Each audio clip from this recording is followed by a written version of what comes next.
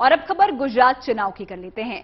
लिए चलते हैं आपको गुजरात के वडोदरा, जहां पर एक सीट नेताओं के लिए परेशानी का सबब बनी रहती है। यहां पर हर बार विधायक को डर रहता है कि उनकी छुट्टी ना हो जाए। आखिर ऐसा क्या समीकरण है यहां पर इस सीट का, क्या है इसकी पूरी कहानी, दिखाते हैं आपको इस रिपोर्ट में।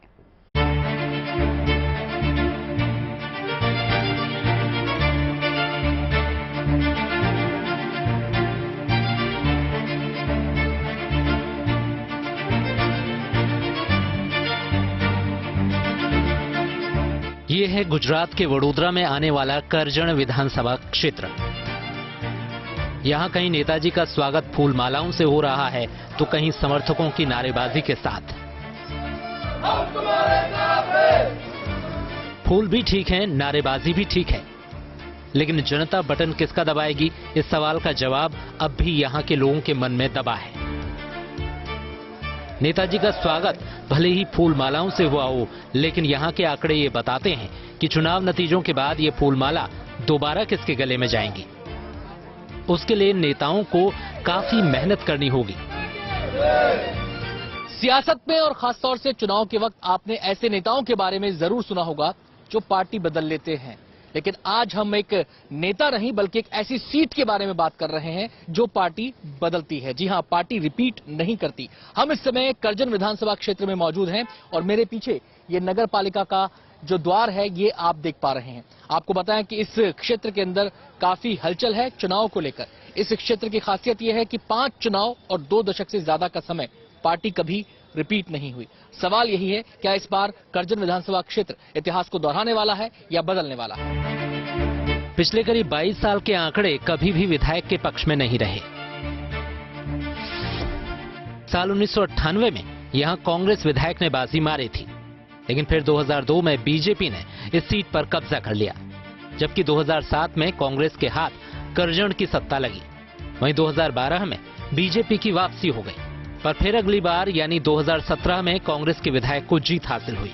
इसके बाद इस सीट पर 2020 में उपचुनाव हुआ तो बीजेपी के अक्षय पटेल जीत हासिल करने में कामयाब रहे।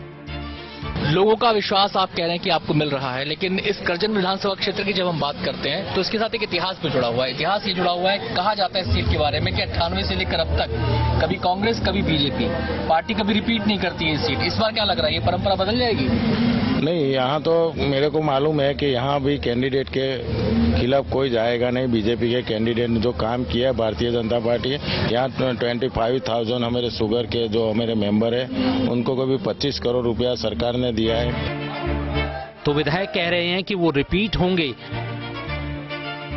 लेकिन विरोधी प्रत्याशी रीत को बड़ा बता रहे हैं।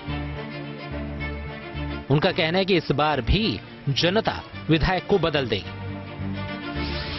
करजन विधानसभा सीट के बारे में कहा जाता है कि यहां पर कोई भी पार्टी लगातार नहीं जीतती है, एक के बाद एक पार्टी का नंबर आता है। 98 से सिलसिला लगातार चला रहा है और अब तक चला आ रहा है। क्या लगता है आपको, इस बार करजन विधानसभा अपनी इस परंपरा को बरकरार रखेगा या फिर परंपरा को तोड़ेगा?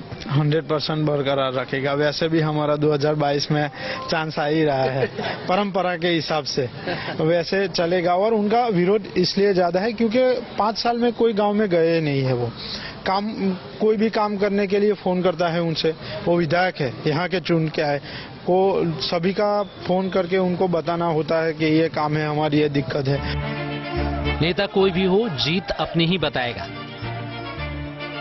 लेकिन जनता क्या कहती है ये हमने ग्राउंड जीरो पर समझने की कोशिश की। इस बार तो अभी पब्लिक का कुछ कोई बोलता नहीं है क्या है, वो किसी के दिल में बहुत खुशी नहीं है। ऐसा माहौल नहीं बनता है चुनाव का, जैसा चाहिए ना पहले जैसा। क्या होगा वो बोल नहीं सकता है, मैच जैसा हो गया है। लास्ट में रिजल्ट आएगा तभी पता चलेगा। आप बोल नहीं सकते कि अभी कुछ एक बाजू का पल्ला भारी है, ऐसा किसी का भी पूरे गुजरात में। तो सभी की नजरें हैं करजन पर, फिर किसका कब्जा होगा। अभी कोई खुलकर नहीं बोल रहा है, लेकिन 8 तारीख को करजन के रण का भी फैसला हो जाएगा जब चुनाव के नतीजे आएंगे। चुनाव आता है, नेता जनता के बीच जाते हैं, प्रचार करते हैं। जनता सबकी सुनती है और अपनी भी कहती है, लेकिन जब बात आती है करजन विधानसभा क्षेत्र की तो इस सीट का एक इतिहास है। यहाँ जनता सबकी सुनती आई है और जब अपना फैसला सुनाती है तो कई बार चौंकाती है। इतिहास यही बताता है कि करजन की जनता ने कभी पार्टी रिपीट नहीं की है। क्या यह इतिहास इस बार बदलने वाला है या फिर जनता अपने इतिहास को दोहराएगी, इस पर सबकी निगाहें रहेंगी। कैमरामैन मदन प्रसाद के साथ Anant Bhatt, good news today, Karjan.